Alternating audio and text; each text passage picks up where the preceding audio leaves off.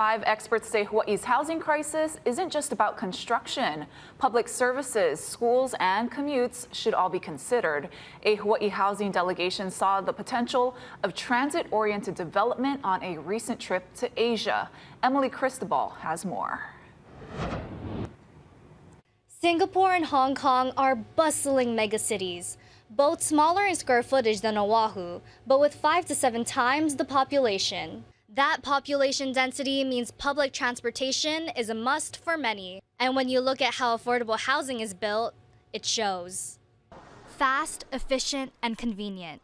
Every day, millions of people in Singapore and Hong Kong make their way to metro stations to get to work, school, or to do daily errands. In most places, the closest station or bus stop is only a short walk away from a housing complex. Sometimes, the housing is built right on top of rail lines. They're making sure that where their housing is, they have all those shops, they have all those rail lines. It's very methodical. It's planning at its best. Maui lawmaker Troy Hashimoto was among those who traveled to Asia recently as part of a delegation focused on seeking out new solutions to Hawaii's housing crisis. He says Oahu's rail line isn't bursting with riders yet, but it could be with the right planning. When we are looking to push Hawaii to kind of rethink how our future housing looks like, I think that is where we can take a lot of inspiration from. In Hong Kong, for example, an underground network of air-conditioned malls, gathering places, and walkways can take you from one station to the next without ever having to step outdoors. That is really the gold standard in Hong Kong. But we can start here in Honolulu, and we're starting to see little bits and pieces of it.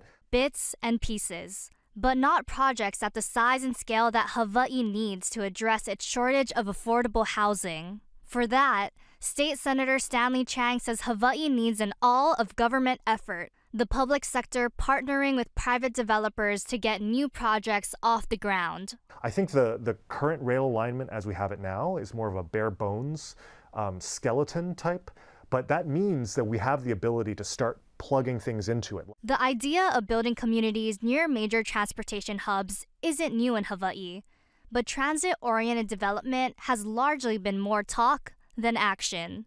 But this summer, a milestone. Construction kicked off on an 18-story affordable housing project in Halawa, just a 10-minute walk from the rail line. Lawmakers say projects like that are the beginning, and they point out one of the big ways the state can help is by providing land for affordable housing as part of long-term leases.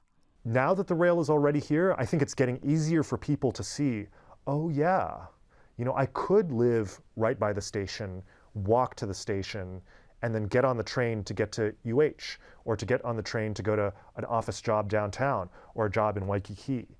And it's not going to happen overnight, but it is definitely coming. Harrison Rue worked as a city's transit-oriented development manager for years and is now working for the state on their plans. He says efforts to develop key areas of East Kapolei, Waipahu, Pearl Ridge, and Iwilei near the rail are already in the works. Even if folks on Oahu don't particularly, some people are strong rail proponents, some people could take it or leave it.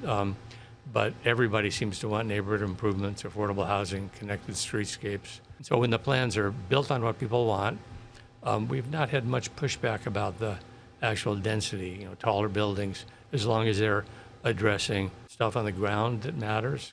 There are also efforts underway to look at transit-oriented development on the neighbor islands, including new projects on bus routes or within walking distances to key services. To learn more about the state's transit-focused housing projects, scan the QR code on your screen to listen to extended interviews and to read more about this story. This is Emily Cristobal for Hawaii News Now.